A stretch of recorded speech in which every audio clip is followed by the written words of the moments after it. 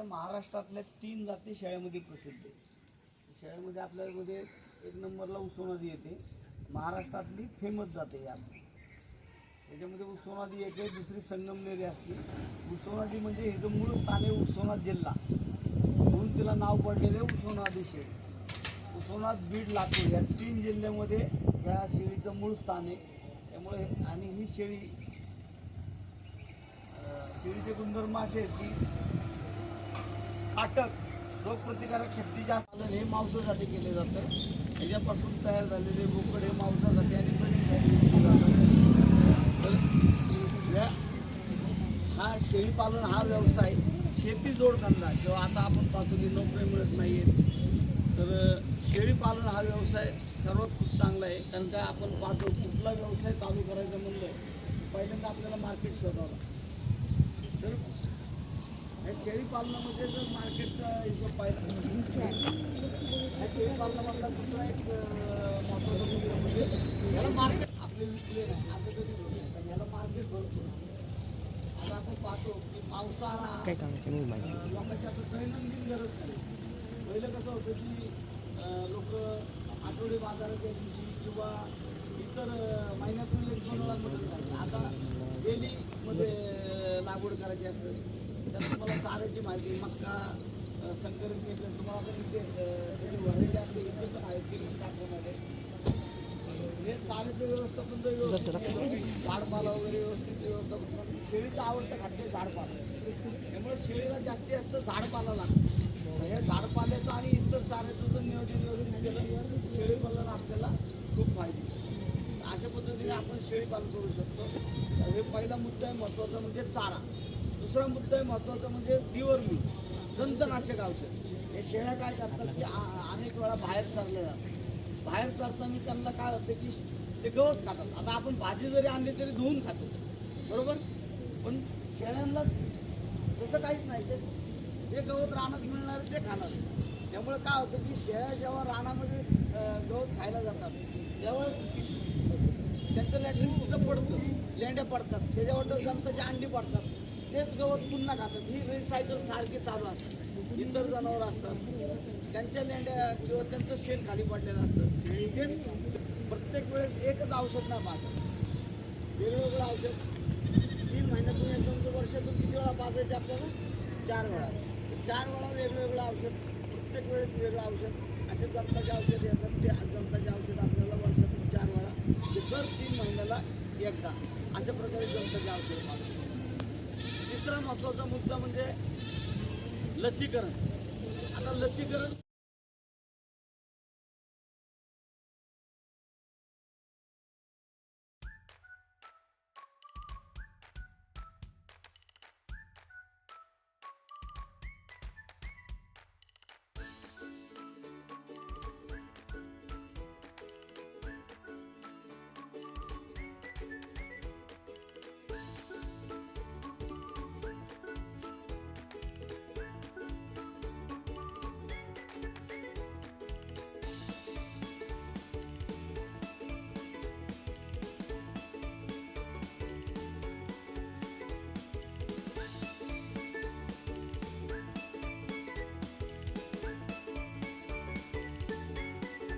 आता त्याची पानं बघा, भलेही ती पळसासारखी दिसत असतील पण तो पळस नाहीये, तो भुजपांगार आहे आणि आपल्याकडे दुर्मिळ आहे.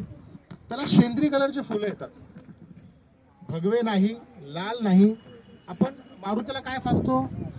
शेंदूर. तो कलर बघितला का तुम्ही? तो कलर जो असतो तो शेंद्री कलर आहे. अगदी तशाच कलरची फुलं याला येतात आणि पक्ष्यांना ती फुलं फार आवडतात. माझ्याकडे व्हिडिओ आहेत, मी मॅडमला पाठवून देईल. त्या व्हिडिओ त्या पक्षी काय करतात, तिथे येतात आणि त्या जे फुलं आहेत त्यातला ज्यूस घेतात.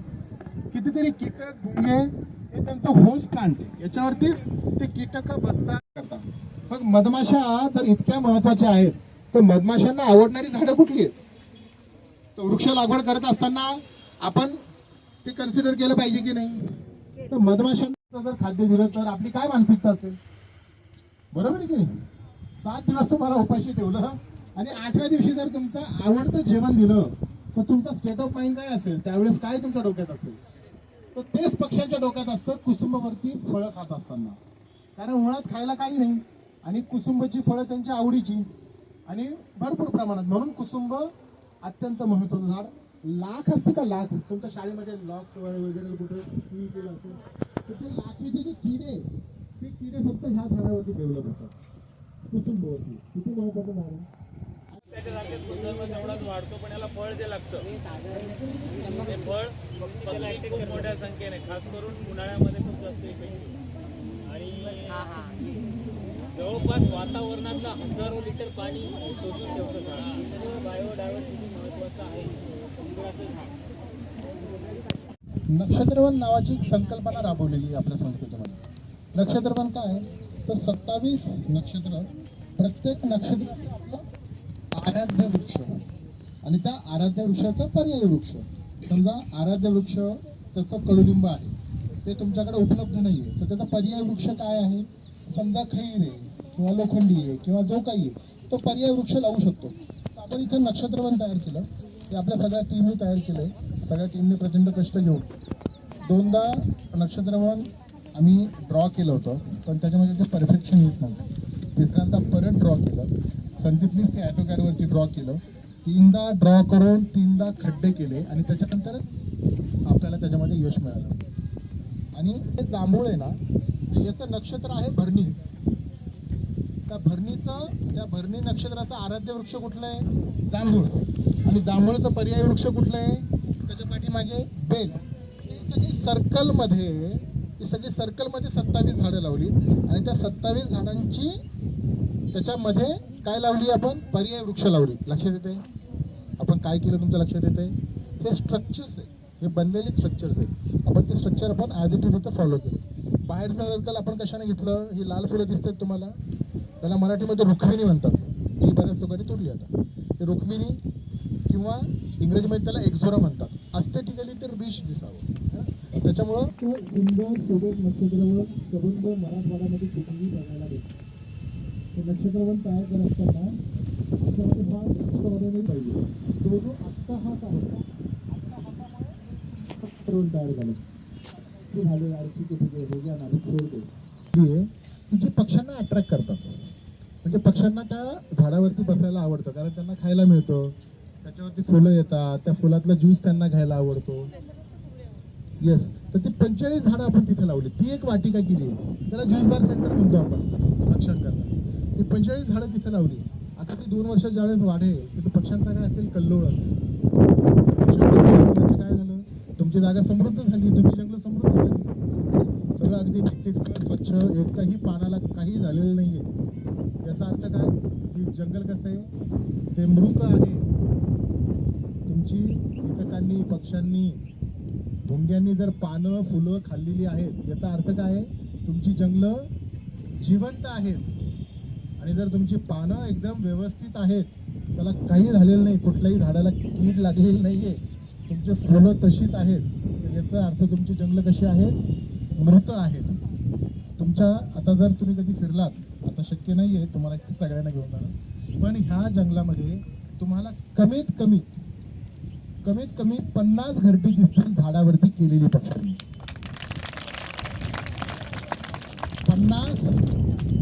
50 तुम्हाला घरटी दिसतील. म्हणजे कॉन्ट्रीब्युशन नाही आहे का, आहे की नाही. 50 घरटी का झाली, त्यांना इथे सेफ वाटलं म्हणून झाली ना. आपल्याला घरामध्ये सेफ वाटतं म्हणून आपण घरामध्ये इतकं कॉन्फिडेंटली राहतो, आई वडिलांसोबत, भावासोबत, बहिणीसोबत. पक्ष्यांना सेफ वाटलं कुठे, म्हणून ते तिथे त्यांनी इथे घरटी करू शकते. ही घरटी इथे तुम्हाला बघायला मिळतील, पण आतमध्ये त्याकरता जावं लागेल आणि आज आतमध्ये जाणं शक्य नाही. त्याच्यामुळे ते जोधबार सेंटर केलंय आपण. त्याच्यानंतर इकडे तीर्थंकर वाटिका केली आहे, तिकडे बोधी वाटिका केली आहे. तुम्ही इथं आलात ना, हे पाठीमागे तुमच्या एक्झॅक्टली पाठीमागे जे औषधी वनस्पती उद्यान निर्माण केलंय आपण. त्याच्यामध्ये 60 प्रकारच्या औषधी वनस्पती आहेत ज्या आपल्या घरामध्ये असले पाहिजे. अश्वगंधा आहे, त्याच्यानंतर गुगुळ आहे, डिकामली आहे, त्याच्यानंतर गुंज आहे. अशा ऑल स्पायसेस नावाचं एक हे आहे. पेपरमिंट, आपण कोळीची होळी खातो का, त्याचंही झाड आम्ही लावलेलं आहे. आता ते झाड शोधत बसू नका, तुम्हाला दिसणार नाही, ठीक आहे. पण ते तिथं लावलंय. का लावलंय, कारण हे आयुर्वेद आपल्या घरामध्ये आलं पाहिजे, है ना. आपण काही जरी डोकं दुखलं तर आपण काय करतो, लगेच ॲलोपॅथी करतो है ना.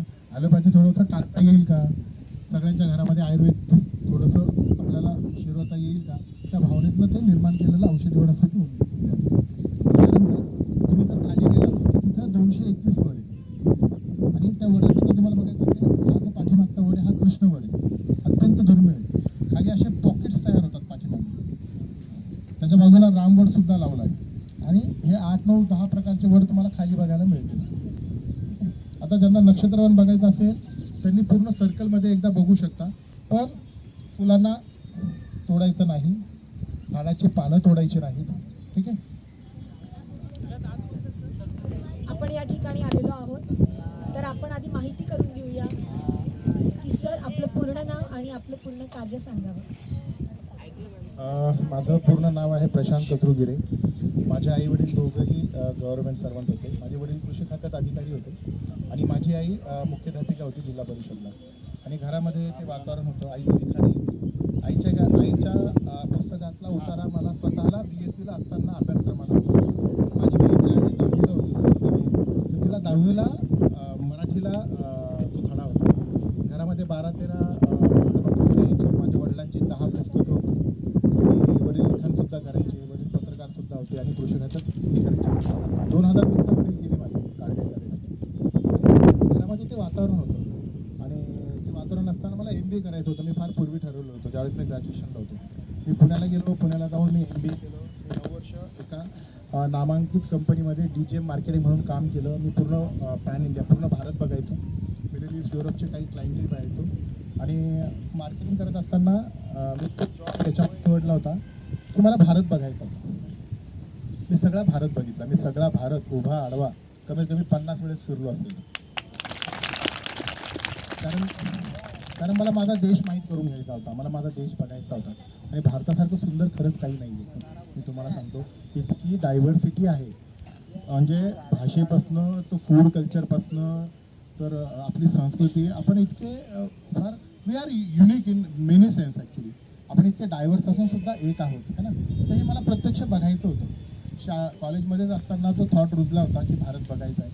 कुठल्या मी मूवीज बघितल्या होत्या, त्या मूवीजवरनं इन्स्पायर झालो होतो की मला माझा देश बघायचा आहे. कसा बघायचा आहे मला रेल्वेनं बघायचं आहे, बसने बघायचं आहे आणि विमानानेही बघायचं आहे. पूर्ण भारत तिन्ही सोर्सने फिरलो मी. पूर्ण बसनेही फिरलो आणि ऑल मोड ऑफ ट्रान्सपोर्ट. मी पूर्ण रेल्वेनेही फिरलो आणि मी पूर्ण भारत विमानानेही फिरलो. तर मी पूर्ण भारतभर 5000 लोकांसोबत व्यवहार करण्याचा प्रयत्न केला, संवाद साधला है ना. असं म्हणतात ना की एक पुस्तक वाचण्याऐवजी तुम्ही 1 मैल जर चाललात तर तुम्ही जास्त शिकाल, अशी एक चीनी म्हण आहे. तर मी 1 मैल नाही चाललो, मी लाखो मैल चाललो. तर मला खूप आनंद मिळाला त्या सगळ्या त्या प्रवासामध्ये. आणि तो फार बळकट होतं. मला सगळा भारत देश बघायचा आहे, मला लोकांशी संवाद साधायचा आहे. मी मध्य प्रदेश बघितलं, उत्तर प्रदेश बघितलं, मी गोव्याला जायचो, मी दक्षिण भारत बघितला, माझं दिल्लीला नेहमी जाणं असायचं. मी समृद्ध असा पंजाब पाहिला, मी कल्चरली समृद्ध असं कलकत्ता पाहिलं, मी झारखंड पाहिलं, मी छत्तीसगड पाहिलं. हे संबंध महाराष्ट्र बिझनेस आणि ट्रेडचं असलं तरी माझा पिंड जो आहे तो समाजकारणाचा होता. तर त्या दोन्ही गोष्टी असं म्हटलं जातं, दोन्ही गोष्टी सोबत चालत नाही. तसं काही नसतं, दोन्ही गोष्टी सोबत चालू शकतात. तुम्ही कॉर्पोरेट जॉबही करू शकता आणि सामाजिक कामही करू शकता. कारण मी ते केलं आहे, अनेक वर्ष मी ते केलं. आणि मग 9 वर्ष मी जॉब केला. आता आम्ही बऱ्यापैकी ह्या विषयाला घेऊन पुढे जाण्याचा प्रयत्न करतो.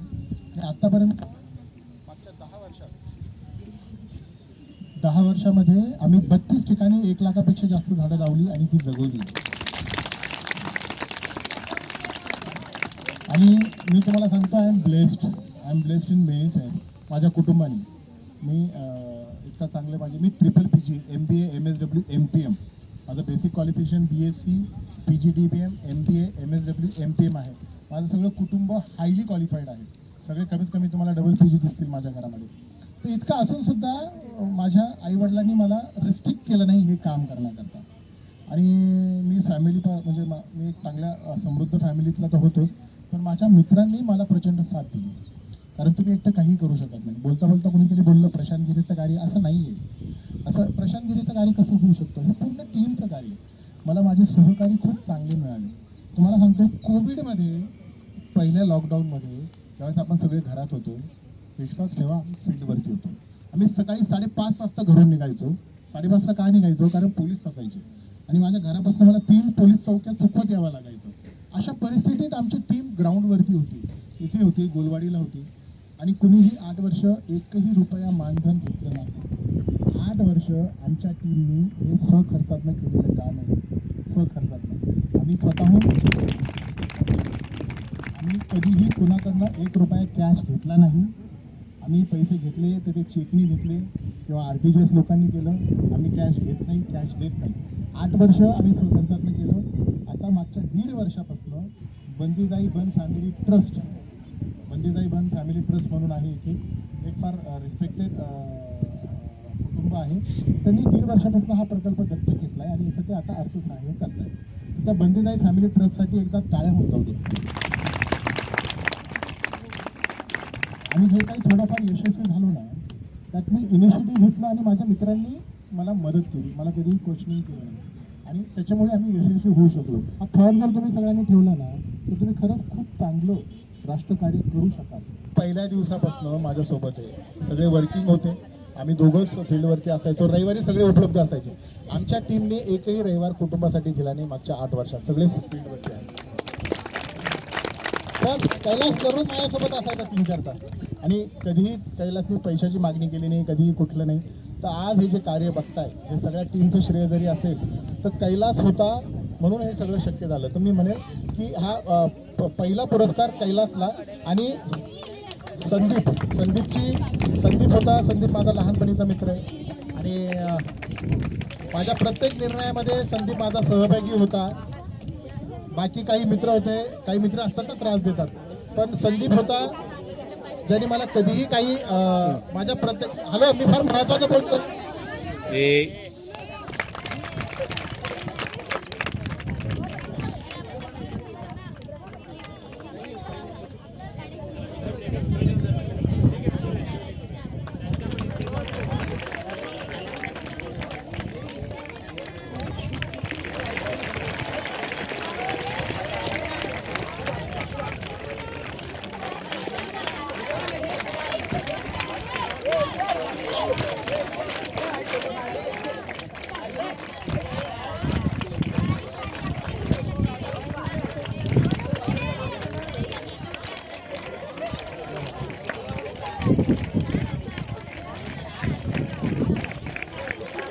कष्टाळू प्रचंड कष्टाळू मला. मी विनंती करतो माझा सत्कार करण्याऐवजी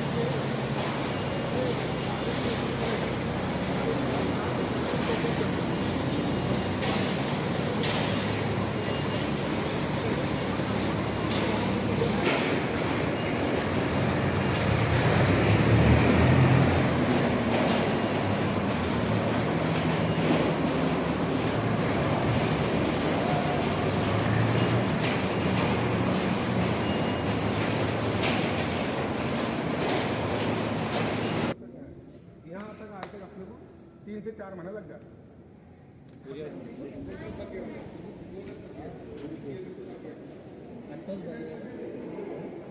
हे बघा भूमित्र ब्रँड बघा, ऑर्गॅनिक फर्टिलायझर, जय किसान ऑर्गॅनिक भूमित्र सीटी कंप्लीट पडला तिथं. त्याच्यामध्ये काही मिक्स दिसते तुम्हाला, प्लास्टिक दिसतंय, रेती, माती, अन्नपदार्थ, ओला सुका थोडासा. त्याला सॉर्ट आउट केलं, त्या एका छन्नीमधनं असं जो कन्व्हेअर बेल्टवर पडत होतं तिथून पुढे जात होतं, त्यातलं काही घटक तुकडा ब्रेकडाऊन करून छत्रीतनं त्या चाळणीतनं बाहेर पडलं. दुसरा तिसरा डप्पा करत करत शेवटी आपण इथपर्यंत आलो. आता जे उरलंय ते काय आहे? जैविक खतक आहे. शेतामध्ये वनस्पतीसाठी, शेतीसाठी ते वापरण्यासारखं योग्य. आता याची मार्केटमध्ये कॉस्ट 1 किलोला 3 रुपये प्रमाण, 3 रुपये 2 रुपये किलो प्रमाण, म्हणजे 300 रुपयाचा जवळपास क्विंटल किंवा एक बॅग जर येते तर 150 ते पावणे 200 रुपये. यावर येणारा खर्च त्याच्यापेक्षा जास्त आहे. पण विकला का जातो? कारण तो वापरला जातो.